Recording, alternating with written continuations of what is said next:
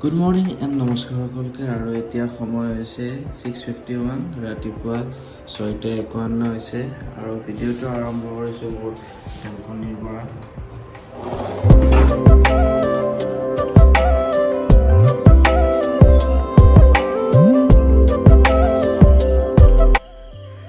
এটা সুন্দৰ ৰাতিপুৱাৰ সৈতে আপোনালোক সকলোকে স্বাগতম জনাইছোঁ মোৰ অন্য এটা ভিডিঅ'লৈ।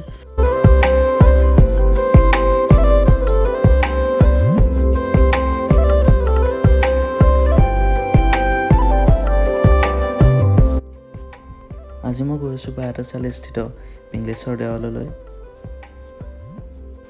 আৰু এনেদৰে আহি দেৱালয়খন পালোঁ আৰু দেৱালয়খনৰ শান্তিপূৰ্ণ পৰিৱেশে আপোনাৰ মনত সঁচাকৈ এটা ফ্ৰেছনেছ আনিব।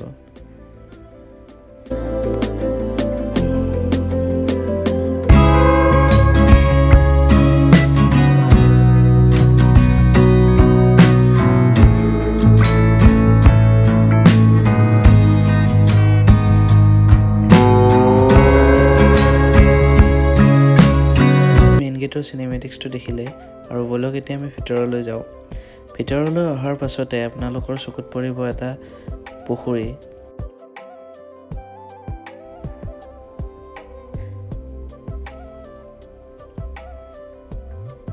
আচলতে দেৱালয়খনৰ পুখুৰীটোৰ পাৰতে গোটেইকেইটা মন্দিৰ অৱস্থিত আৰু পৰিৱেশটো খুব ধুনীয়া।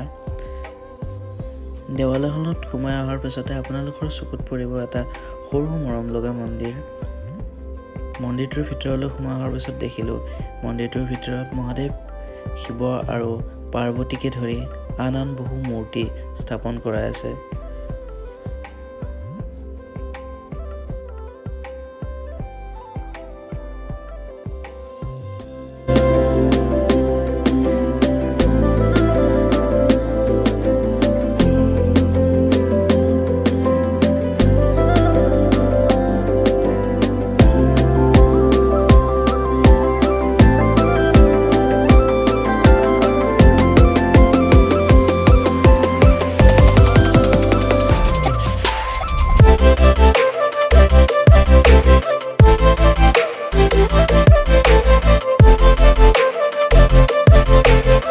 এনেদৰে চাকিভাগ জ্বলাই দেৱালয়খনৰ মুখ্য মন্দিৰটোৰ ভিতৰলৈ সোমাই আহিলোঁ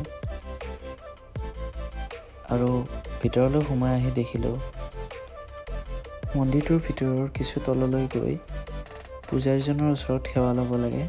আপোনালোকে দেখিবলৈ পাইছে সকলো ভক্তগণ ৰাইজে ইয়াত সেৱা লৈ আছে।